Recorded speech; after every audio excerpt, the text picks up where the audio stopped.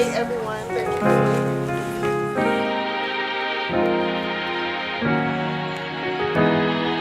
for Like I did like 8 drafts of that first pilot script, and initially I was working with Larry Wilmore and really focused it on the relationship between Issa and Molly, and that repass of the draft and created the Lawrence character, and that's really what they took to, and so then, Insecure was born.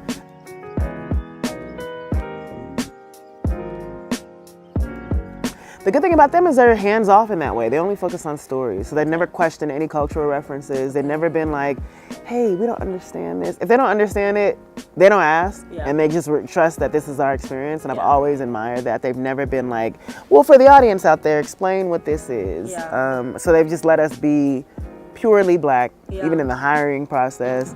And that's been the best part.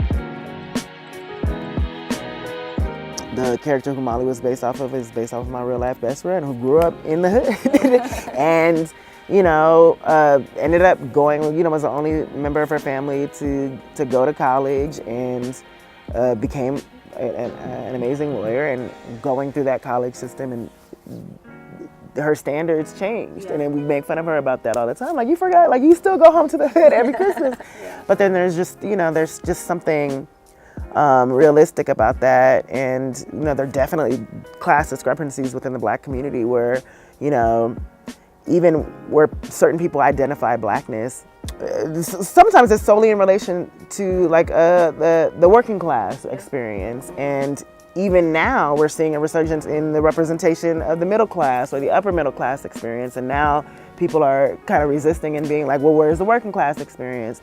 And so there's so many facets that we have yet to explore, but I've noticed that there have been cycles in this, cycles in representation of the class system of Blackness, and that always interests me.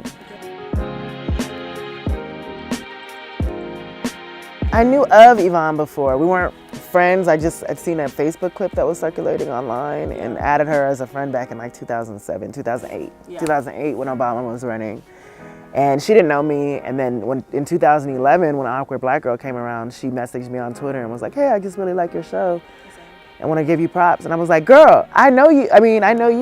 And then I invited her to kick it with my friends, and we kicked it like once. And then I would just see her performing around. And then when the pilot got picked up, I hit her like, hey, I was watching her on stage at an African fashion show that she hosted. And I was like, she kind of reminds me of my best friend. And so when the show got picked up, or the pilot rather, I hit her up like, hey, you should audition for this if you're interested. And then, it was just perfect. And because she had that one experience seeing like how I interacted with my friends, because the language was very like, bitch, you ain't shit, but like, shit like stuff like that. And she was like, I don't really talk to my friends like this. We're very, positive and uplifting towards one another, but I get that that's your way of being positive and uplifting. But her, and then a lot of the cast from Awkward Black Girl, I had such a great time working with them. I knew that I wanted to bring them in, even though it wasn't the same show, bring them on in some capacity. And so we've been able to fit them in, here and there throughout the season. But yeah, Black creators, because our content has been so limited over the years, and that there is more of an expectation to represent the entire Black experience, which is impossible.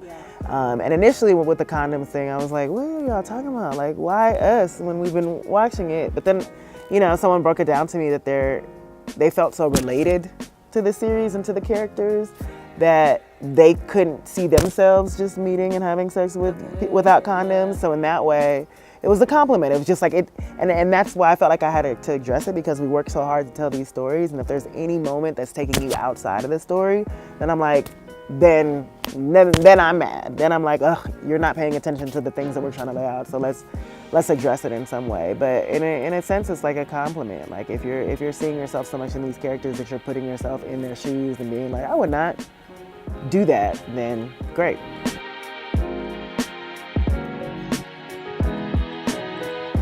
Yeah, I'm definitely 100% into the input of the music. Like, that's so important to me.